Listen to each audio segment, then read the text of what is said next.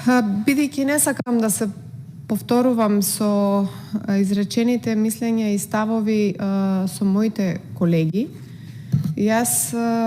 ќе се надоврзам на дел од нивните тези и ќе кажам што е тоа што сметам дека треба да биде забележано во нашата дискусија на овој годишен извештај, со намера да уочиме на недостатоците на овој извештај и да укажеме на недоволната заинтересираност, еве така би можела да кажам, на Државната комисија за жалби по јавни набавки, за да ја подобри ситуацијата со која што се соочува Република Македонија. Бидејќи ако го погледнеме овој доставен извештај од 70 страници, ќе сметаме, односно ако било кој лаик го прочита ваквиот извештај, ќе смета дека ние во Република Македонија воопшто немаме никаков проблем со јавните набавки и дека еве оваа комисија си ја завршила својата работа перфектно. Меѓутоа, во рамките на своите надлежности на оваа комисија и во рамките на извештајот има една глава, број 5, која што се вика оценка на состојбата во јавните набавки. И наместо тие, како свое видување, да наведат кои се сегментите во кои што во иднина Република Македонија мора да впери прст, законодавниот дом, собранието, пратениците, треба да уочат недостатоци и да предложат законски измени, тие кажуваат како е поврзано законодавството, кои се како се воспоставени праксите, како е донесен законот и замислете истовремено во една точка 5.2.1 пишува законодавна рамка, каде што пишува дека од месец април 2019 година бил донесен овој закон и дека со овој закон бил воспоставен систем на јавни набавки кои што се дорегулираат со бројни законски подакти и самата имплементација регулира за зајакнување на контрола, поедноставени постапки кои треба да го намалат просторот на субјективно однесување на договорните страни и злоупотреби во трошењето на јавните средства, од каде што се добива впечаток дека во Република Македонија цветаат ружи, во Република Македонија сите постапки, сите институции, сите оператори ги воспоставуваат согласно закон нивните јавни набавки, дека секој кој што се жали пред оваа комисија ја истерува процедурата до крај, дека нема дискриминирани, дека не се прават тендери во 4 очи и така натаму, а воопшто не е целта на овој дел од извештајот или интенцијата на законодавецот да имаме само едно вакво привидно или пополнување на страниците од извештајот со една еве таква реторика дека се како што треба. Сметам дека главните насоки на понатамошно постапување и измена на законите морат да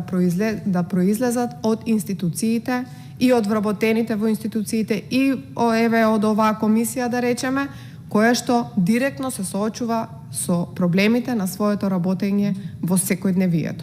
Значи морат да кажат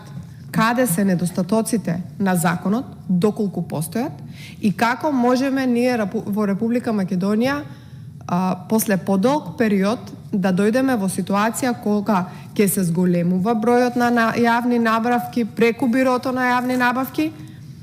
кога ќе се зголемува бројот на жалби, што значи дека ќе имаат операторите исто време и клиентите кои што се јавуваат на тендерите, ќе имаат доверба во системот,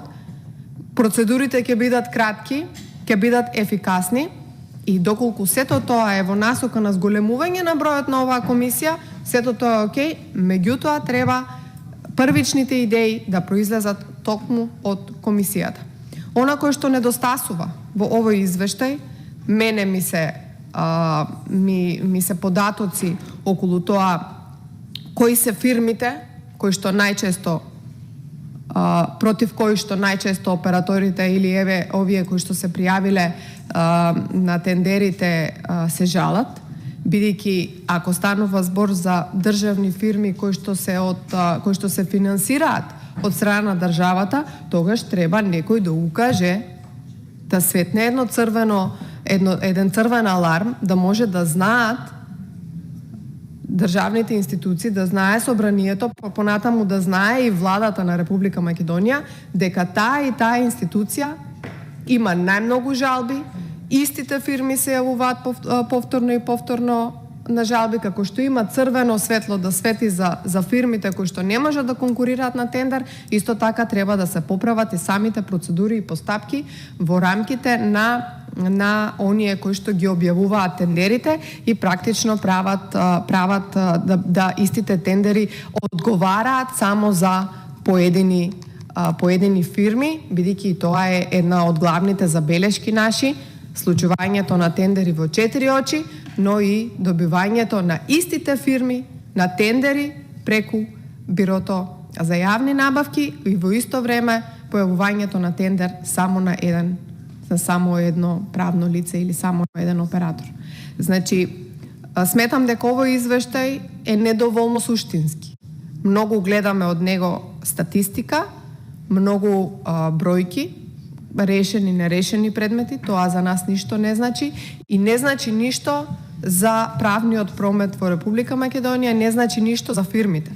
Затоа што и фирмите не сакаат да се пријавуваат на тендерите со цел, бидејќи знаат дека веќе некој го договорил тој тендер и понатаму па и не сакат да се жалат заради тоа што тоа ќе им однесе само нерви, време, пари, а решение на крајот нема.